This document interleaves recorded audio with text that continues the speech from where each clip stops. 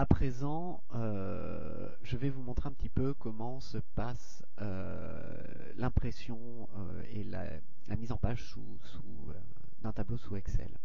Alors, pour ça, on va passer à l'onglet Mise en page. Dans cet onglet, on ne va pas faire le tour complètement, loin de là. Dans cet onglet, on a différents réglages. Déjà, nous avons l'orientation de la page, qui est vraiment la partie importante finalement.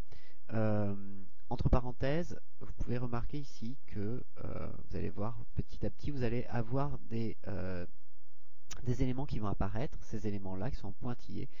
Ça va vous indiquer en fait la grandeur d'une page de manière virtuelle sur la grille.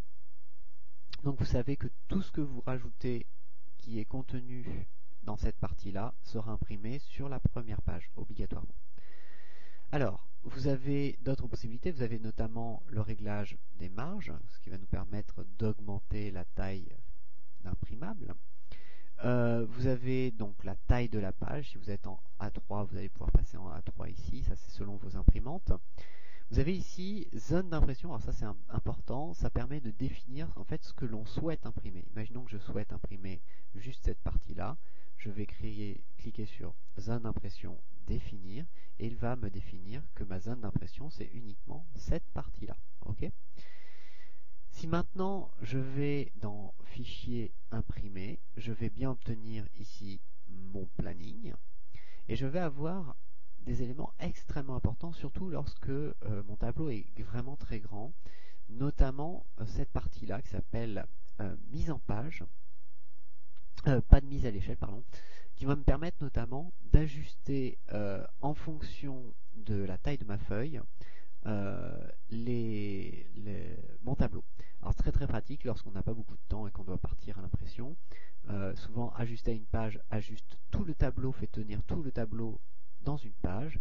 Ajuster toutes les colonnes à une page, il va prendre la largeur de votre tableau et il va la faire contenir dans la largeur de la page et va prendre plusieurs pages après en hauteur pour pouvoir faire contenir votre tableau. Même chose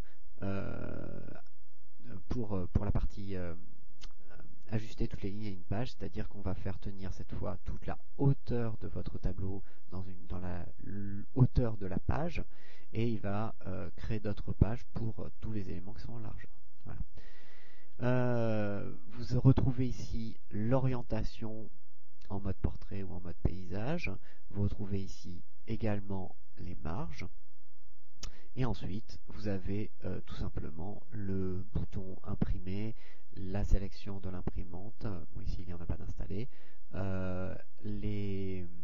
avez la possibilité aussi de choisir ce que vous souhaitez imprimer. On avait vu au tout début dans la présentation qu'on avait pour un même fichier Excel un ensemble d'onglets. Okay.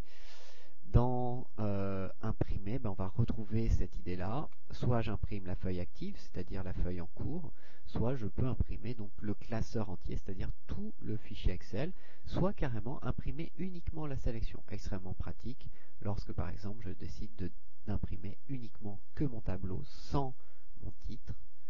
Je vais sélectionner imprimer uniquement la sélection et voilà, je ne vais avoir plus que la sélection qui va être imprimée.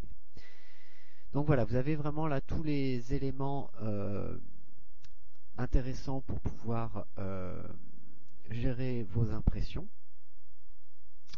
Hop, je vais réinitialiser comme ceci, qui normalement vous permettront donc d'imprimer n'importe quelle taille de tableau.